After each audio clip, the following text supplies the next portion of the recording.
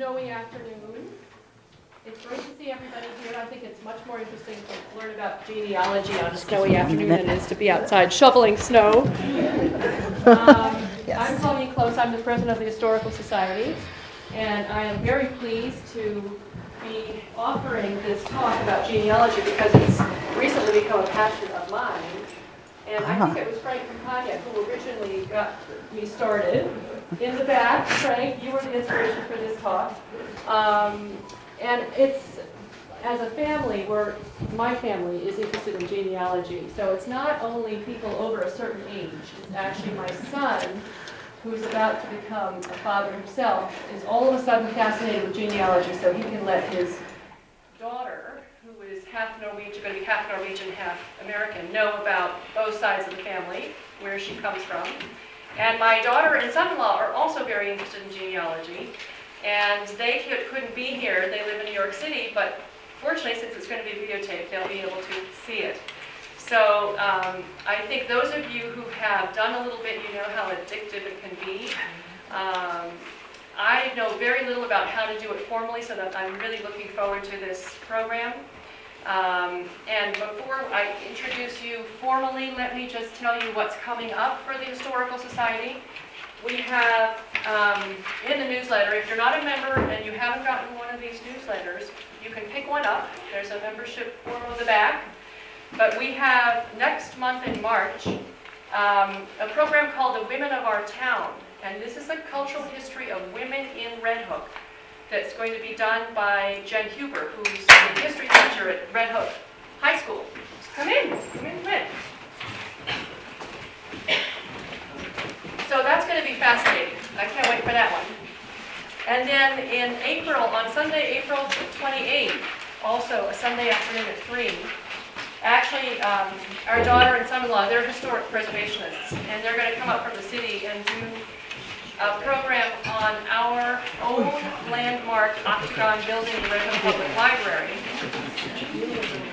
And the story of Orson Squire Fowler, who inspired this whole movement of octagon buildings, who actually was from Fishkill. So that's going to be another interesting program for those of you who don't know much about that building, even though you drive by it every day. So without further ado, I'm going to introduce Marny Janson, who was introduced to me by Frank Campagna, who is a genealogist, has been researching her ancestors for a long, long time, and I think knows a lot of the tips of the trade. So I'm going to sit there and run the computer while she tells me which screen. Okay, well, we can leave that one for a while. Hi, my name is Marny Janson. I live in New Paltz. I've been searching for my family for about 15 years. I just got curious one day because I'd heard a lot of stories about my grandmother growing up in England and her family, and the 1881 census of England came out. So I went up to the Family History Center in Kingston one day to see what I could find, and there they all were. And it was amazing. So I got hooked from that moment on. And I've spent most of that time searching for European ancestors, because my family didn't come here till 1892. And I kind of thought, you know, it's hard to find people, because it is in Europe. And I recently started working with clients, and they all were looking for Mayflower ancestors, or just ancestry. I heard we were Dutch and French. What can you find out? Here's the name. Somebody gave me a memoir written in the 1870s, and I went through that. Help yourself. There's seats up front. One here, and then one back, and one right here. And we are out of handouts, but we can print you another one. Yeah. Oh, okay, great. That's one page. That's just one page. Yeah, I don't know how that happened. Oh, okay. Oh, good. Anyway, so I discovered that searching around here in the northeast part of the United States for colonial ancestors is like a gold mine. Everywhere you look, you're going to find something about them. So I got really excited about doing that, and I've taken a ton of road trips, gone to all kinds of historical societies, local history rooms and libraries all throughout New England. Historical society, state libraries, which have marvelous things. And it's all at your fingertips right here within almost a day's drive. so it's pretty easy to find things. But what I'm curious about, are any of you just beginners? You haven't started yet, or you just started looking for family? Okay. Anybody really an expert at this point? Okay, so, Maybe Frank. so jump in if I say something that doesn't sound right. And Frank, definitely, yes. Okay, and the rest of you are somewhere in between. Are you mostly looking for New England? Anybody New England? New York State? Foreign countries? You don't know. Who doesn't know at all, really? Okay. All right, well, mostly what I have for you is about New England and New York. Although if you've got questions about anything else, you know, we can do that later. Okay, the next one. Okay, basically, these are where the records are going to be. You'll notice Vermont isn't there. If you find a Vermont ancestor, you may have to, in the early years, look in New Hampshire, New York, or Massachusetts, because Vermont was not one of the original 13 states. Maine was part of Massachusetts for a long time, which is why it goes all the way up to Canada there, with New Hampshire kind of squished in between. Yeah. Massachusetts was part of New York, too. Pittsfield, Oh, Mass. yeah. Was part of New York. They fought over those borders, especially that line that goes from to the left of the N in New Hampshire all the way down to the I in Philadelphia. It was constantly. In fact, part of Columbia County and Dutchess County went back and forth, too. Mm-hmm. Yes, definitely. So those records could be, basically in either of those states. If you're looking for people in the South, basically the same information that's in here that'll apply to more than one state will work for the southern mid-Atlantic states also. We'll get to that, the next one. Okay, the next one. All right, basically when your ancestors, if they're, one more. Oh yeah, this one we have to keep. Oh, I see. This is, Okay. sorry. Here we go. I didn't mean to do that one. Very cool. All right. That was a leftover. Okay. Okay. The first people who came and stayed, for the most part, were in Jamestown. I haven't seen too many Jamestown descendants, although Stephen Hopkins, who was big on the Mayflower and one of the key people who made the Plymouth colony survive, did go to Jamestown first. And I'm going to digress a bit here, because one of the things I want to leave you with is that names and dates are cool. You need those first, but the stories you're going to find are amazing. Stephen Hopkins went over to he was aiming for Jamestown. His ship got marooned off of Bermuda somewhere for 7 years, and the law was the British had to wait till they were rescued. He and his pals got tired of waiting, so they took the lumber from the ship, rebuilt something, and sailed on to Jamestown, where they were immediately arrested because they broke the law. Luckily, they managed to talk their way out of it. And he went back to England, settled in London, started talking to some Englishmen who had been living in Leyden, Holland, the Pilgrims. And when they realized that he could speak with the Native Americans, he learned some of the language, he knew some of their ways, they talked him into coming along, which is great because he was one of the more colorful people I've found so far. And the friend whose mother wanted to join the DAR is directly descended from Stephen Hopkins. So we've read a lot about him. He's a character. The people who came to Plymouth in 1620, there were only about 100 of them. There are now millions of descendants throughout the country. And people are always amazed to find they have a Mayflower ancestor if they go back far enough, if they do have one. If they didn't have one who came then, a lot of them have some who came in the next 10 years. When Boston was settled, the Massachusetts Bay Colony was settled around Boston. And then up to the Revolutionary War, people from the British Isles came over here. German Palatines settled this area. Are any of you from Columbia County? Okay. German Palatines settled, they were some of the first people there. The French came, Huguenots came mostly to New Paltz and then spread all over the area. Enslaved Africans came. And we had the Hessians who came in 1776. I think there's one more click on there, I'm not sure. Yep. They came to fight for the British, but a lot of them said, hey, this place is great, and Germany is filled with wars. They had been for centuries, so a lot stayed. In fact, I did come across one whose descendants qualify for the Daughters of the American Revolution because he turned. Right near the end of the war, he started spying and then he started helping out. And he never really joined the American Army, but he did helpful things for them. Because they were down Pennsylvania mostly. They fought a lot in Pennsylvania. They were the ones at the Battle of Trenton that Washington crossed the Delaware and won that battle. It was against the Hessians. There's a Yeah. Hessian lake at Bear Mountain. Oh, is there really? Yeah, Hessian lake. Oh, wow. Yeah, it's a big lake right behind the end there, just north. Oh, okay. That makes sense because the Hessians were in just about all these. Oh, the British came up and down the Hudson River too. I'm sure the Hessians are with them. Okay. Next. Okay, just, yeah, that's another multiple, sorry. Okay. Most people rented throughout the 16, 17, 1800s. Farmers rented. They didn't always own the land. And after a while, if the rent went up or your family got larger and you needed more space, you moved. I rarely find people in the same place every 10 years when they did censuses. They're usually somewhere else throughout the whole eastern part of the United States. In the 1600s, Boston and Plymouth were, in the early 1600s, where everybody congregated there and along Cape Cod.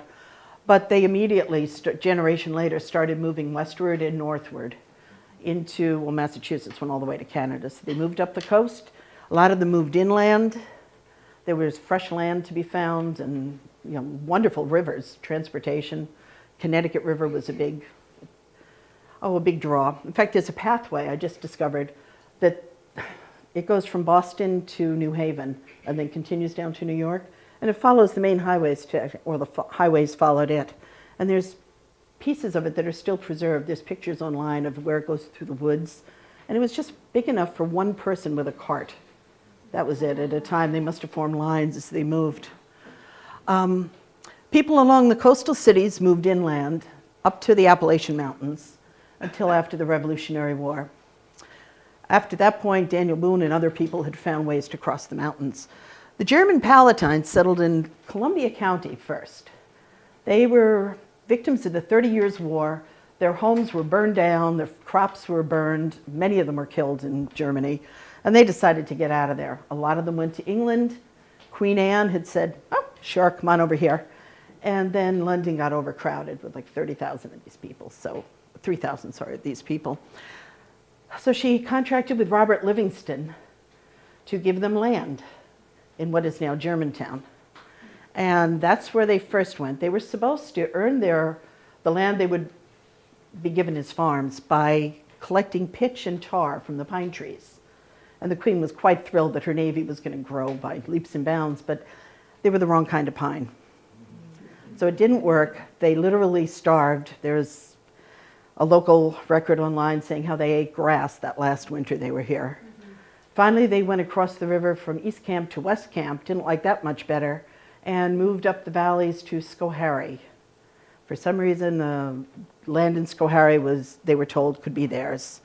So I went to Schoharie looking for somebody who was born in Columbia County, and I was shocked. In the Schoharie Historical Society, all the books were about, church books were about Columbia County. Very little in Schoharie. They didn't start them till later. So that's another thing when I talk about where to find things, not always in the county you think they're going to be in. And then the Dutch were up and down the Hudson Valley too. Okay. One thing that bogged me down looking for these German Palatines was I didn't know much about the history of them. I learned a lot. And once I did, it all sort of fell into place. I had no clue that the ones in Schoharie who didn't want to stay there went south to Pennsylvania and became the Amish. I was shocked to find that out. I had no idea they had anything in common. That was really kind of cool. If you do a Google search for the town plus the word history, or a town that you know your ancestors were in plus genealogy, or the town plus their last name, it's amazing what you're going to find. Google has, if you just change one word in the search, you get a whole nother bunch of possibilities. So try using that. There's other search engines too, but Google seems to be the most accessible one. And most successful anyway. So if you put the town plus the word history or genealogy, you'll find probably quite a bit. You might even find your ancestor's name coming up in one of the search results. Okay, oh, let's see. If you, no, let's not do that one right now. Okay, the next screen. Thanks. Okay, you're gonna have to keep hitting things, yeah. If you don't know if you have a colonial ancestor, or you're not sure when they came here or who they might be, don't just take guesses and start looking at the family name way back, because you're going to find probably the wrong person. And it could waste a lot of your time. So start with yourself, work backwards. The census records are free online from 1790 to 1940. There is no 1890. It burned up. But there's a lot of other records around that time period that can substitute for it. If you go to Ancestry.com, it's free in many of the libraries. Is it free here? No. You don't have it. Okay, a lot of historical societies do. And the Family History Center in Kingston has it for free. I think that's the nearest one to you. Okay, you go over the bridge into Kingston, and it is not the 9W exit, but the next one, Enterprise Drive. Pardon me? Forge Road? Almost. It's called Enterprise Drive. You Is that where the LDS go to, is? yeah, go right to the end of that road. When you get off, make a right to the end of the road, make another right, a left, and another. I can write it out for you if you want. It's Fording Place Road. It's behind the middle school, between that and Crosby Elementary. That's where the LDS Yeah. church is. Exactly, it's right in the church building, and that's the second handout I gave you, the one sheet thing. That is the Kingston Family History Center. There's others. That's Lake Petrie, actually. Well, they call it Kingston, though. If you're looking for it online, you'll find it as Kingston. The hours are right there on that sheet that I gave you. Do you have one?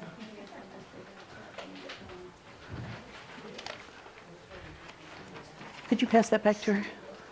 Yeah. There's also an amazing one in Dutchess County.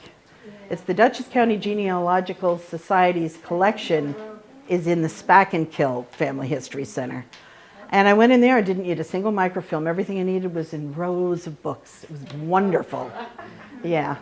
It had all of Columbia County, a lot of Ulster County, and definitely Dutchess County. So if you're looking there, it's great. Have you gone to Kinderhook to the museum? Not yet. That's on my list for this week. Oh, okay. Yeah. Yeah. Okay, sure. We're going to make more after. Oh, that's the last. That is the last. There will be more, though. Anyway, so these hours are just Kingston. Spakenkill, though, you can find online, just familysearch.org. And that's the next thing that's on there. Familysearch.org is free. And if you go to /catalog, there is a list of all the records they have. So if you do a search on place and you're looking for people in Red Hook way back, you can find town records, vital records, births, marriages, and deaths, records from churches, baptisms, sponsors of baptisms are really interesting. I was just able to place a family by the sponsors were not only the grandparents, but also the aunt and uncle, because the parents were cousins. And the sponsors kind of like showed us that that was what was happening. You can find land records, tax, voters lists, even earmarks. If you want to know how your ancestor marked his cow or his pig or his sheep, it's in there. It's there. Anyway, you can find amazing things in the Family Search catalog. What you do is order the film online. It comes into whatever family history center you ask it to, and they call you when it's there. It's $7.50 to order a film, and you keep it for 2 months. You can renew it for another $7.50. Microfilm, yep. And about half of what I've ever found anywhere comes, maybe more, comes from the microfilms. Okay, the next one, there's more. Which one are we on now? Oh, let's see. Oh, yeah. Keep going on that one.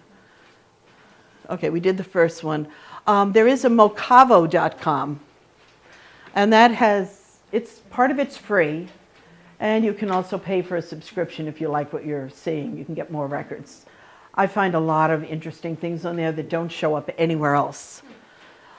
The New England Genealogical Historical Society. If you're looking for somebody from New England or New York, chances are somehow they're mentioned in there. They contain the birth, marriage, death records of the early New England towns. Where am I on here? Oh, amazing records of settler families, especially, it was called the Great Migration Database, and I don't know how much of it is free. I'm a member of it, so I get the whole website, but I think some of it is free. They have land records, references, genealogical publications that you can't find anywhere else. You'd have to probably go to New England to find these obscure journals, but there may be an article about your family in them. So that's worth trying. If you don't have it, maybe a friend of yours, another who's searching, might belong to it. And that's worth a try. The last one is great, usgenweb.org. Doesn't matter where in the country you're looking. Click on, actually, if you click on that, could you do that? Yeah. Okay, somebody give us a state they're looking in and you know the name of the county. Anybody? Oregon. Okay. Oregon. Oregon? Yeah, you're going to go down on the left. Oh, or there. Okay, and Douglas County. Let's see what this gives us. All right, I've never been on the Oregon one, but as you can see, there's a ton of things to click on here, but usually they have counties. So if you keep going down, you might find counties. All right, don't see a list of counties. That's the first time. Oh, well, okay. So each state is organized differently? Yeah, each one is different. Oregon history, you might find it. No? Biographies? County listing of Oregon cemeteries is under this Tombstone project. The Oregon? Vital records will tell you all the county holdings. And maybe up at the very top, is that the top? Nope. Clickable county map, Oregon County, Okay, clickable county map, is that? on your left, Okay, which is down. Oh, here, right? yeah. Ah, And if you click on that, you might find the county information, I'm not sure. Douglas.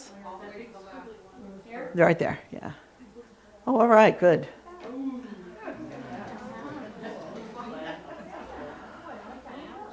And that's probably more that would keep you busy for a month, looking for things in Douglas County. There's a lot there. Old maps are wonderful. They often told who lived where, especially in agricultural areas. Those are wonderful to have. So that's the US Gen Web. Let me just stop for a moment, though, and tell you that if you email me a message, my email's right on the front page, right under my name. If you email me, and just in the subject heading, write handout. You don't have to write anything else. I will return your email with a attachment of this, so you can click on these and you don't have to type all this stuff in. So if that would be helpful for you, please do that. I'd be glad to do that. Okay, so next one, yeah. Okay, since we're concentrating on New England here, again, there's the American Ancestors website. The Connecticut State Library, anybody looking in Connecticut? If your searches take you to Connecticut, and you happen to be near Hartford, it's a wonderful library. Every single town has all the family search microfilms already there. You don't have to send for them. Do they have newspapers? Mm-hmm. They do. They have a newspaper index, definitely. I've never read them, but they're there. Industrial accident back in the 1800s. Oh, you'll find it there, I'm sure. Yeah. They have rooms with beautiful wooden file drawers with yellowed pieces of paper for every vital record they could find in the state. It's an amazing place. So if you find yourself searching in Connecticut, it's worth a trip there if that's convenient. If you're searching for a Mayflower person, the Mayflower link there is another good one. The Vermont website, for some reason, is here, but it's not showing on. Oh, no, I was just going to talk about Vermont. Okay. That's why there is no website. Okay. There's too many of them. The Mayflower history one has links for every single family, lists of people who came, died, histories about them, links to where you can find more information about the colony. And then Vermont is a place of its own. Vermont was the wild wilderness in its day. And people can have children born in 5 different towns, and you think, wow, they must have moved every year, but they didn't. The border lines moved. A mountain was in the way. Today there were famous ski resorts that everybody flocks to. Back then they wanted to probably tear the mountain down. You had to go 16 miles around the mountain every time you wanted to vote or register a birth or marriage or death. So a lot of the early ones weren't registered. Finally they redrew the lines. When Vermont first became a state, people in the capital actually took a ruler and drew a grid and named each town and said, this is the way it is. They didn't look at rivers or mountains or valleys or anything. So Vermont can be a mess. You can have ancestors' records almost anywhere in that nearby area. New Hampshire, and I don't have the website. I couldn't find it because it's not up yet, but there is all kinds of messages in my email about how New Hampshire is putting all of their historical society records online, all the births, marriages, and deaths, land records, everything. Everything that they have in their state historical society. Soon. That's all they said. So no, I don't have a link, but if you have somebody in New Hampshire, you can use usgenweb.com and go to New Hampshire, and they have, every county is listed, and they have very good records there. And the Family History Library has got all the microfilms from those places. Okay, the next one. Oh, there is something there. Oh, what did I have for?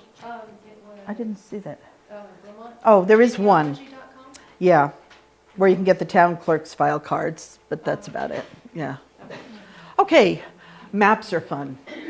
If you know where your family lived at any particular point in time, there may be a map. Most likely in a historical society near where they lived. You can go to the Family History Library and look at the Beers Atlases. Family History Library has a bunch of databases for free besides Ancestry. They're on that one-page handout I gave you. Beers Atlases were made in the mid to late 1800s, and I believe that looks like one of his. I'm not sure if it is it, a Beers? Probably. They all look like that. And almost every historical society has one that big. If you go to historicmapworks.com, and don't buy anything. Don't subscribe to the site. If you scroll down, you can go by state and then by county, keep scrolling because it's all hidden at the bottom. And you can find that map over there about this size. But you can blow it up on your computer, and it has a watermark across it. It's nothing you'd want to frame, but it will tell you where people lived.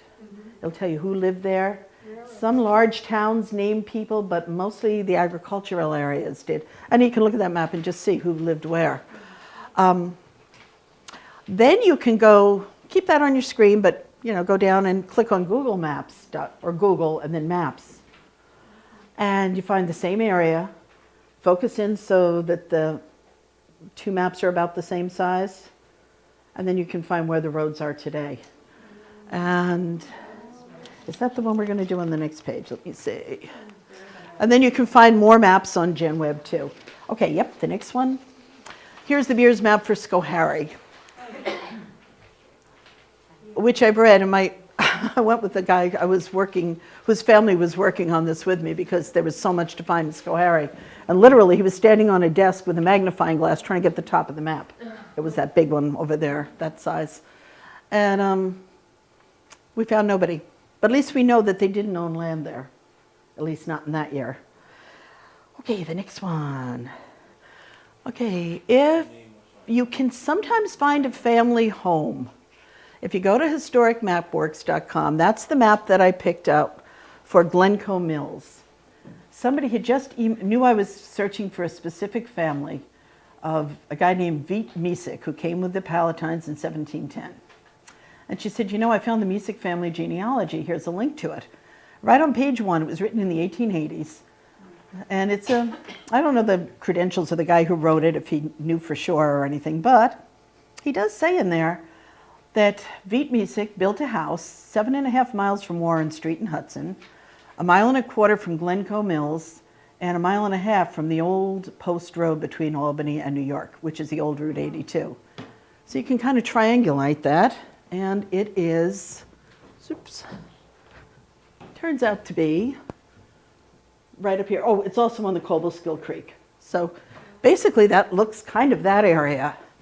So then I went to Google Maps, and if you click on that, Oh, click on. oh, Google Maps, yeah. Okay.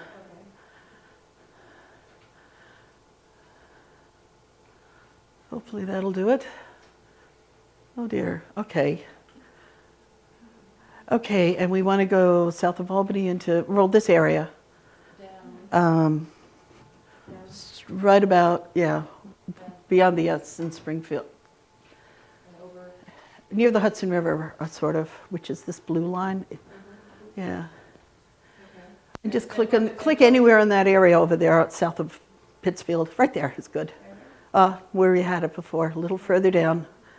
Yeah, let's try that. Does that, it's supposed to bring you in, okay, southeast of Hudson. So just 7 miles, right about there. Okay, keep clicking, want it a little bigger. Okay, you've just about got it. Okay, just 82. Okay, let me see if I can do it. 82 is there. Glencoe Mills is right by the 82 sign, and the Cobleskill Creek goes up there. So if you go far enough, can you get a little closer? Yeah, right in there. All right, well, for some reason this isn't showing as... Anyway, when you do, you come across the same exact map, and you find the guy living there. Oh, I'm sorry, let me go back to the book. The book said the home is now being lived in by Zachariah Ham. And on this, if you go back, okay, go back like to the last slide. Oh, just go down the side there to the pink one on the bottom, I think might be it. Hopefully. Yep. It says Z Ham right in that spot.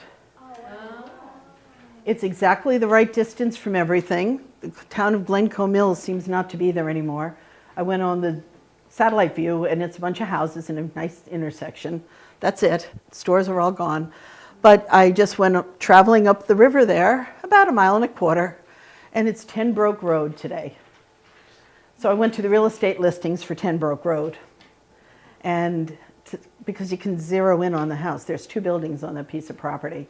One is long, with a just old-fashioned roof on it, and that's all you can tell. So I'm going up this week to take a look with the descendant of the person who may have built that house, but built one on that property anyway. So if you find a nearby ancestor, it might be worth looking for a house. That can be kind of cool to see where they lived. Supposedly he's buried on the property too. So if the people who live there are nice, we can ask if there's a gravestone and we could look at it. All right, the next one. Okay, here's one that we did find. Oh, excuse me. I should have given you some water. What's it? Oh, no, I'm okay. It's the floor. All right. Yeah, It's making me a little... Crooked. Yeah. Okay, that one. We found that Jacob Artson from Wageningen in Holland was one of the first settlers in Creek Locks, which is near Rosendale, New York, south of between Kingston and New Paltz. And that's a state historic marker, and that's the house that it's by. And once you find a house, okay, I think you can go to the next one. Yeah. You can Google Van Wagen, you can Google the address. I Googled Van Wageningen Creek Locks and real estate, and then click that. And you can take a tour through the house. Built in 1669, and just, if you click on the arrow there, yeah. All right, Jacob didn't have that, but they have it now. That's what Jacob had, the river. Nice house. Yeah, keep going. Oh, it's beautiful. Yeah, just keep clicking pretty quick. Yeah. Okay, stop there. That's the dining room. And after this genealogy got done, they invited the whole family over, all 5 kids, grandkids, in-laws. They wanted to all see this genealogy. So I didn't know you could do this until, as I'm talking about the house, the guy's daughter starts passing around her iPhone with all these pictures on it. She just went and found it, and there it was, and we all decided we want to buy it, but not for whatever it's going for. But the mortgage is only $3,200 a month. Oh, $764. $895. Anyway, they modernized a lot, but they kept that wall, which I thought was cool. Anyway, there's more if you want to keep clicking real quick. So you can take a tour of your ancestor's house today without bothering anybody or knocking on doors. And that's through the real estate listings. Who knew that real estate would, be cool for genealogy? Yeah. And there's a hot tub there too. Okay. Okay, the next thing is one more. Newspapers. You can read all kinds of stuff at Ancestry.com. Genealogybank.com you have to pay for. But they have some wonderful, wonderful articles. If you're finding a lot about your family, and you get a lot of people in this family tree, and they lived in the country at that time, at the right times, you might find good things there. It might be worth it. Newspaperarchives.com is free it's at that Family History Center.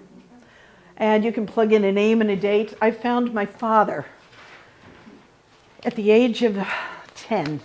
No, his brother was 10, so he was 7. Pilfering penny candy from the local drugstore. He and his 2 brothers were taken to court, and I know my grandfather was an extremely harsh man. The judge let them off after their father paid for the candy. I am just grateful I never saw what happened when they got home. I can imagine it was probably horrible. I'm sure they were punished very heavily. Hopefully my father didn't get it too bad being the youngest. I don't know. But that was in newspaperarchives.com. The Blairsville, Pennsylvania paper from 1924, I think it was. Newspapers also have, back in those days, they had births, marriages, deaths, lawsuits. Loved to write about lawsuits. They sued, I guess there wasn't a lot to do back then. They sued each other left and right. Runaway slaves, those are heartbreaking stories, but they're there too. People purchasing land. Anytime anybody got elected to anything, that went in there. And just daily news articles. Social gossip was big too. Mrs. Smith went visiting, her daughter-in-laws and stayed for a week. Or I read one, the grandson of a person in Vermont was killed in New York, a 2-year-old, when he fell into the wash water that was boiling and scalded, and he was scalded and died. And that was in the early 1900s, that was still happening. Okay, the next one. We're trying to find out why Alonzo D. Hodges' children grew up in poverty. He was pretty well off. His father was very well off. They came from one of the early New England families, had a ton of money. Father disappears. We found out many things, including he left his wife and married somebody else, probably didn't divorce her. Anyway, had this son, Alonzo, who seems to be doing well, has a bunch of kids, and then the war ends, the Civil War. And Alonzo, we find him in records of public relief. So he's collecting welfare in Vermont from a local town. And then he disappears. In some censuses, his wife says that she's a wife, and in others, she's a widow. She's confused. She doesn't know if he's alive or not. Family history said they never knew what happened to Alonzo. By Googling, I found out what happened to Alonzo. He died in Michigan. And Michigan death records are online for certain years. And he died of epilepsy in the state asylum where he'd been for 13 years. No one knows how he got to Michigan, why he was even there. Epilepsy would be enough to put you in an asylum back then. They didn't understand what it all was. And that was it. And we wondered what happened to make all that. Well, at the Battle of Winchester in 1864 in Virginia, he had a shoulder injury, a slight one. Another article, which I couldn't find to put on here, but I have it somewhere in my files, says that 3 years later, was it 3? No, it couldn't have been 3. Shortly after, anyway, he was in the Battle of Petersburg, which is where the big crater was. If you saw Cold Mountain, it's the opening scene. And he had a severe thigh injury. So at one point, he's listed as a cripple on one of the records. So apparently, he never really walked well again, couldn't hold down a job. And he was a veteran that, didn't collect a pension for whatever reason. After he died, his wife collected. It took a long time for the US government to get pensions going. Anyway, newspapers, again, that's a newspaper article. Okay, then next one, let's see. Okay, if you do find, I was looking for a Mesic, and I just found this guy must have been a lawyer if he signed this, but if Stephen Hogaboom, he's deceased, so you know that he died before 1815. His home contained 360 acres of land lying on the Claverack Creek, and then it describes the land with a good dwelling house, 2 barns, carriage house, et cetera, all kinds of things, a corn house, a cow house. He did obviously well. In the village of Claverack, 3 miles from Hudson, on both sides of the Columbia Turnpike, et cetera, et cetera. You can probably find that property today just based on that, if he turns out to be your ancestor. But that's just an example of something you can find in an old newspaper. That was from Genealogy Bank. Okay, try the next one. Okay, Columbia County, which is nearby here, their historical society. These are links to not the society itself, but to the lists of records they hold. So every county has records from the surrounding counties also and towns. So if you're looking for somebody in this side of the Hudson River, if you click on that, that will give you about 8 to 10 pages. What? Oh, no, that's okay. Yeah, it'll take you forever. Yeah, I don't want to take too much time. But if you're looking there, click on that if you get a clickable link thing. And it tells you everything they have. I downloaded about 8 pages of records that I wanted to look through, prioritized them so we didn't waste time there, and found a ton of good stuff. I need to go back and find the rest even. The Dutchess, oh, that's the Dutchess County one, I'm sorry. Columbia County is not open till March. They're renovating everything. I believe they're the one in Kinderhook, or She's still a historian? I don't know who it is, no. A lot of records from around here can be found in Schoharie County in the old fort. Most of these places will do a lookup for you probably for a price, but they're usually not very much. The Ulster County Historical Society has an amazing bunch of records. And if you click on that link, that'll take you right to the collection of what they have. Okay, and that I do believe is is that my last one? But that's not the end here. Okay. What I don't have, can I borrow somebody's handout for just a moment? The multi-page one, thanks. So that's it for the PowerPoint, right? Oh, you only have a half of one. You don't have the last page, I'm sorry. Does anyone have can I borrow that one? Yeah. Thanks, I'll give it right back. Shall I put this on? Yeah, for now anyway. Okay, at the very last, I did put more on here than I had. Okay. On the 3rd page, I wrote message boards. I didn't put that on the slide presentation. It's not much to look at. But genforum.com, if you want to put a star by that, that's amazing. Look up your family surname. You can do a search. If it's a common name, you can do a search on the town or the state or a first name, and you can probably find another researcher researching the same person. And when you contact them, they might not know as much as you, or they might hand you a family tree that they've already done, and anything in between. That's a great one. Ancestry has those. RootsWeb and the US Gen website often has message boards. So you can always contact other people. That's really, really helpful. The Daughters of the American Military Records, I did not put on the PowerPoint either. Plymouth Colony kept amazing records of everything, not just the military, but lists of soldiers. Around here we have lists of soldiers from Columbia County, north of Albany. The Colonial Wars, Prince Philip's, Queen Anne's, the French and Indian War, people left records behind. There's usually muster lists, muster rolls, and all kinds of real cool things. The American Revolution. If you go to heritagequest.com, which many libraries have for free, you can read tons of Revolutionary War records. Just put in the name of the person. If they left a record, especially a pension record, there can be up to 30 pages of information.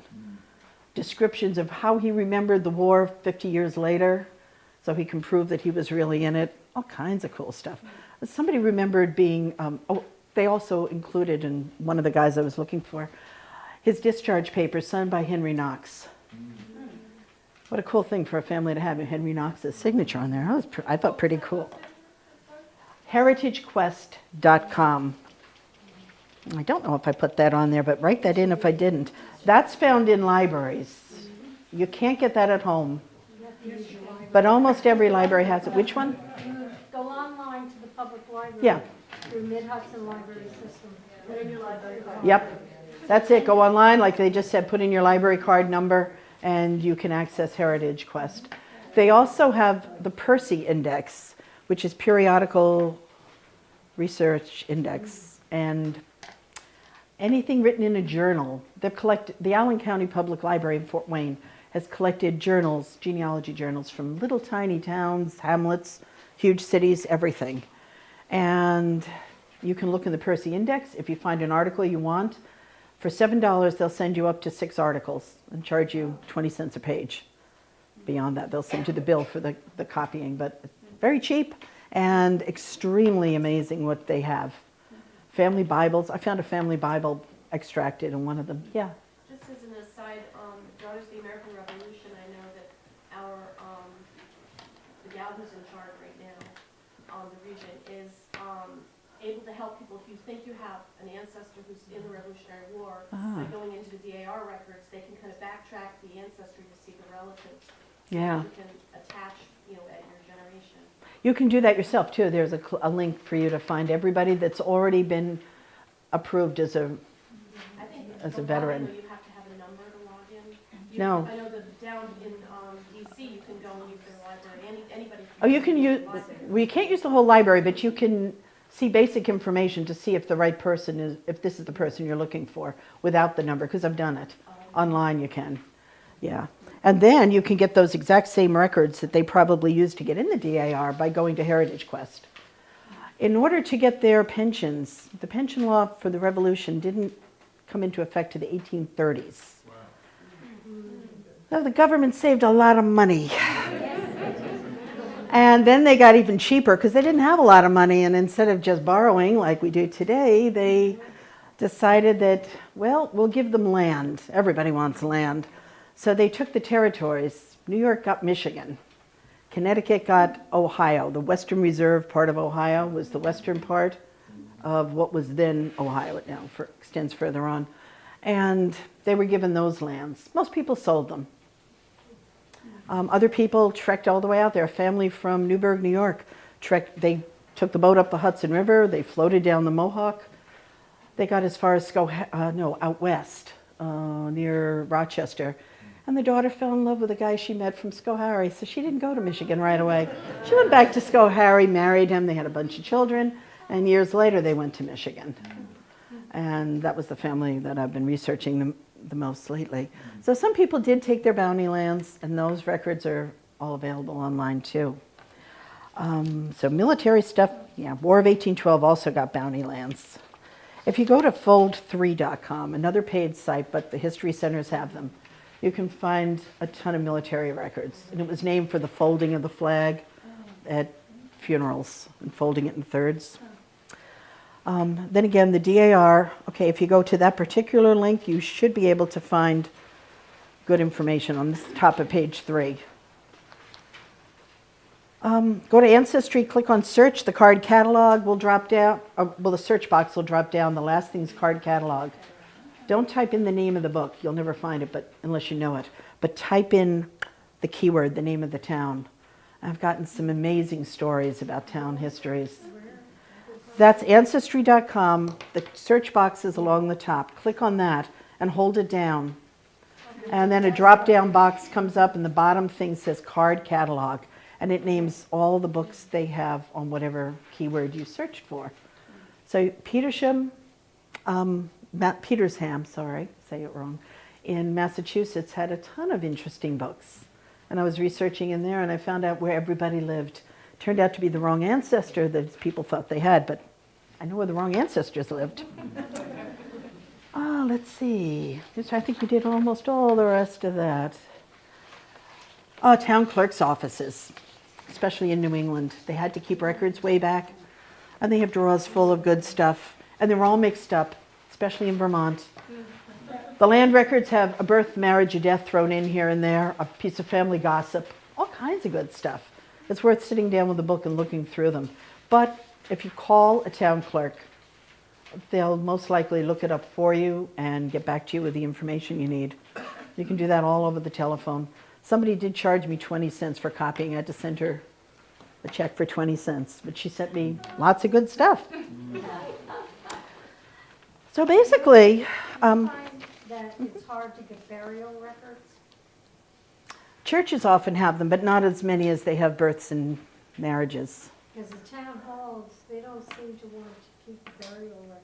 If you go to usgenweb.com and go to your county, you can usually find lists of cemeteries. And then if you click on that, you'll find Yeah. everybody who's buried in the cemetery. Usually gives their name, how they died, how they were related to the nearby people, and the site of the graves. You can find that a lot. The other thing to do would be find the undertaker if it wasn't that long ago. Funeral home records are usually kept pretty well. You see, like in a town like this, you have a turnover. Uh-huh. Like Robert's funeral parlor in Pine Plains is no longer in existence, so their records are no longer there. And most of the Okay. people, that was the only funeral I had. Now, would you have funeral home records here, I don't think so. or records of what happened? You do have them. The local? And your burial records, Oh, good. to Helen Reynolds. She took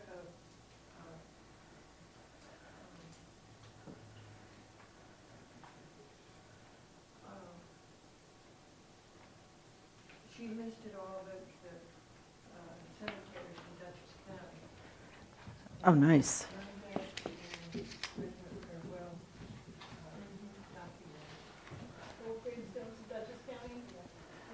documented. So go to a historical society or call them and ask, because when you're looking for an obscure record like that, that's the best place to find one. I just want to leave you with one more good reference, books. Plymouth Colony by Eugene Aubrey Stratton. I haven't read this one yet, but I leafed through it, and I have my favorite one. Somebody wrote about each of the people living in Plymouth Colony based on the records. This wasn't, fiction. This is what the records say. And Stephen Hopkins, again, he was one of the people who negotiated with the Native Americans, the Wampanoags, made friends with Massasoit, helped save his life. A group of 3 of them went when Massasoit was dying of typhoid, which was a disease brought on by the Europeans. So they had to literally scrape his tongue, which was not a pleasant thing to do. I guess typhoid, fuzzy stuff grows on your tongue, and there were other things they had to do to help him recover, and they did. And he was a pretty useful guy to have around, but as the years went on, he had a pub in his house. And in 1637, Hopkins was presented for suffering excessive drinking in his house. I don't know why they call it suffering excessive. I thought somebody might have been happy. And the excessive drinkers were Old Palmer, James Cole, and William Reynolds. They too were brought to court. On the 5th of June, the next year, he was presented to court for selling beer for 2 pence a quart, which was not worth a penny a quart, and selling wine at excessive rates to the oppressing and impoverishing of the colony. There's a whole page of this stuff. And I did find elsewhere my favorite reference to Stephen Hopkins. He was arrested at one point because the authorities went into his pub and they found, and I can't remember the guy's name, but one of the older characters of Plymouth vomiting voraciously under Stephen Hopkins' table. He said obviously he served him too much liquor, and Hopkins was arrested for that. And then if you're looking for Mayflower people, Nathaniel Philbrick's book, The Mayflower, is truly wonderful. Let's see, the Massasoit and the typhoid. One of the people who got in trouble early in the colonies in Plymouth for a lot of stuff was John Billington. The whole Billington family seemed to be a bit rambunctious. One of his sons ran off and was captured by the Indians. He was not allowed to run off, but he did. He was a teenager. And they had to send a party of men after him, and a lot of negotiating to get him back again. And in the summer of 1630, The profane John Billington fell into an argument with his English neighbor, John Newcomb. A few days later, while hunting for deer, Billington happened upon Newcomb and shot him down in cold blood. And he thought that either, quote, either for want of power to execute for capital offenses or for want of people to increase the plantation, he should have his life spared. In other words, he said, it's 1630, we don't have enough people here yet, and we're surrounded by Native Americans. However, John Winthrop, the governor, after consulting with him, William Bradford, who was the governor of Plymouth, determined that Billington ought to die and the land to be purged from blood, and he was executed in 1630. So this guy didn't have a good... My favorite... So anyway, my whole point was stories are what you're going to come out with that are just amazing. And at the end, I left it with, I won't read it to you, but the stories that you find, if you dig deep enough, can be truly amazing, and it'll tell you a lot about what your family went through and maybe why you're in the place and the situation you are today. It can be pretty cool stuff that you find. And I want to leave you with one good story. Well, actually, there's two, but they're connected. Stephen Hopkins, again, brought his indentured servant, Edward Doty, over here. Doty's a big name in this area because Edward Doty had a lot of kids, and they all had kids. And they all seemed to stay around the Massachusetts-New York border. So you might know some Dotys. But you do, okay. Anyway, Edward, as a teenager, fell in love with Constance Hopkins, who was only 14. And Edward Leicester, the other indentured servant of Stephen Hopkins, was in love with her too. So that first or second winter, the two guys went out in a field away from where anybody could see them and got in a knife fight and drew blood. They were reported, and that was a no-no. You do not want to have the Indians seeing you fighting, and you don't want to lose two of the most able-bodied men who are needed to defend, Plymouth Colony. So they were punished. And the way they punished them was tying their hands together, their wrists, using the same rope to tie their ankles together. And then they're now rolled into a ball, and they were sentenced to 12 hours without food or drink like that. Some accounts say the people were allowed to roll them around. And I imagine maybe that was true. I don't know. I'd hate to think of it. After 2 hours, their screams were so loud that Stephen Hopkins persuaded the governor, please let them free. I need these guys. And they realized that they would probably die if they spent the whole 12 hours like that. That was a very common one, too. Edward Doty, though, didn't quite learn his lesson. He went on to show up in the court records of Plymouth Colony for the next 50 years. And my favorite one was pork futures. He had a pig, and it wasn't quite slaughtering time, but he needed some money, so he sold the pig to a local farmer. He sold the rights to the bacon to a local farmer. But when it came time to slaughter, he still needed money, so he sold the bacon to somebody else and was sued heavily. And he had lots of lawsuits, so I know one of his descendants. And we just laugh at the stories. The stories that we keep fighting about this guy. Anyway, anybody have questions? Yeah. How would you find translations of early Dutch gravestones Wow. into English? In archaic, I don't know what it is, but we've got some that from 1740s and 50s that we can't figure out. And it's definitely Dutch, not German? Could be German. Take your pick. Probably I don't know. German. Okay, there's a woman in the Family History Center in Kingston who is a German old handwriting expert. Elsie. Elsie's not coming back till April. Okay. Elsie's smart. She goes south and misses all this weather. But she'll be back in April, and she's a whiz at this. She's taught lots of workshops on it. Yeah. Anyone else? Somebody? Yeah. European, where? Italy. Okay. Family History Center, I know, has Italian town records, which are vital records of births, marriages, and deaths. And you can order films of those. Do you read Italian? Okay, if you read a little bit, you'll be fine. Because even though it's not written in columns and tables, it's written in paragraph form, every paragraph starts the same. And when you figure that out, you'll be able to spot where the names appear. So yeah, you should be able to find something, at least on a microfilm. Yeah. How about Ireland? Ireland is north or northern Ireland? South. Okay, that one's easier because they've got a lot of church records. I know the Family History Center has those. Ancestry Ireland, maybe just Northern Ireland, I'm not sure. AncestryIreland.com. No, that's a website. AncestryIreland.com. Do you think they would have the North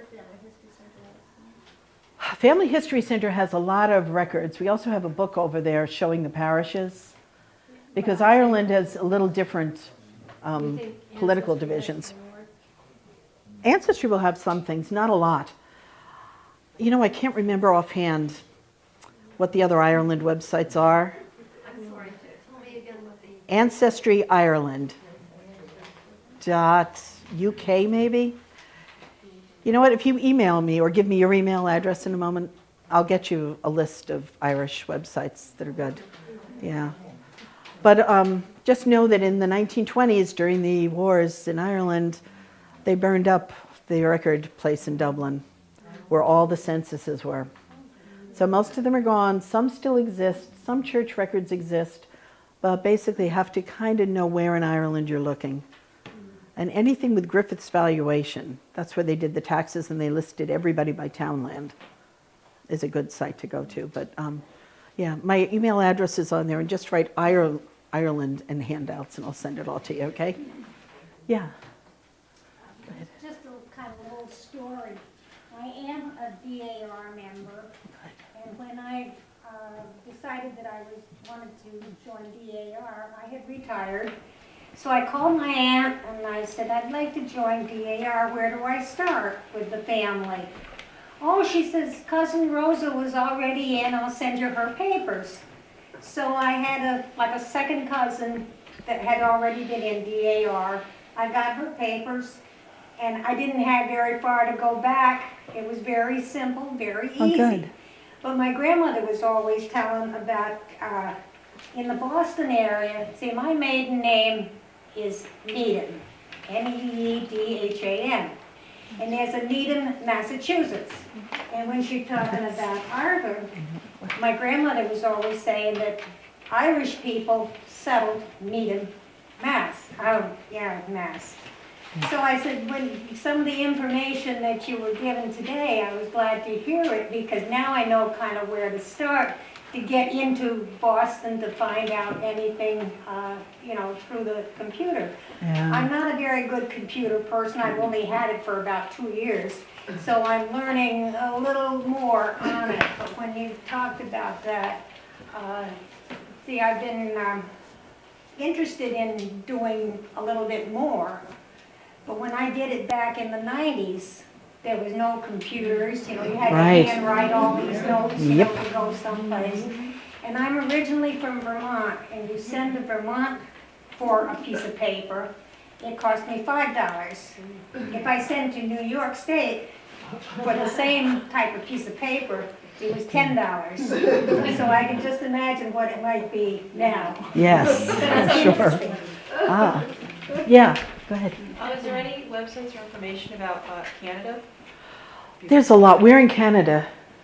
The Montreal area, when you open the phone book, Leclerc's were like pages and pages, but so. Okay, those are related is to Montreal Quebec? that. Yeah. It is still in Quebec province, right? So is there any? Yeah, Quebec has a whole bunch of websites. Just Google Genealogy Quebec. Okay. Or if you email me and just put that in the subject line, Quebec, I'll send you a list of those too. Yeah.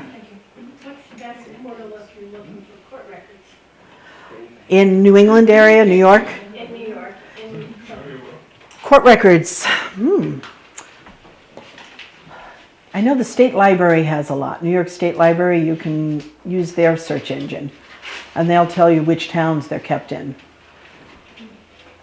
I don't know if the Family History Library has court records or not for towns. They might have gone by counties also. That I'm not sure of, I'm sorry. That I don't know. Yeah.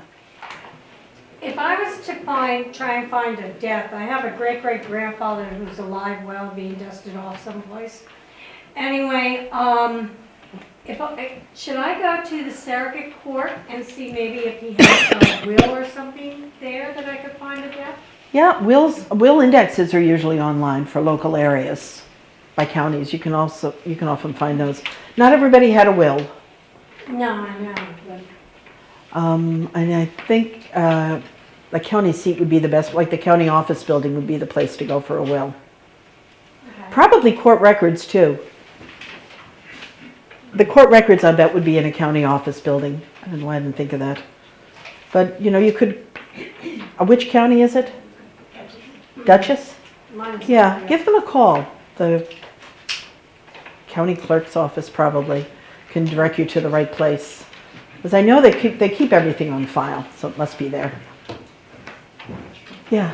If you had, were looking at loyalists, any suggestions? Oh, wow. Google it. There are websites of loyalists who went to Canada. A lot went to Nova Scotia. A lot just went back to England. But did they stay here in this area? Variety of places. Oh, okay. I don't know any websites offhand, but if you Google the name and the word loyalist, you might find something. Okay. Well, I promised Marny that we would be able to go into the tap room because there were refreshments there, and anybody who had further questions could do it person to person, individual attention. So I wanted to thank Marny for a fascinating hour. It's been amazing. Thank you. Thanks. And this is yours, right? I borrowed this from I know, one. we're all Oh, from you, gonna wait For the okay. next however many hours. Yeah. The last page of this? We have to Xerox more.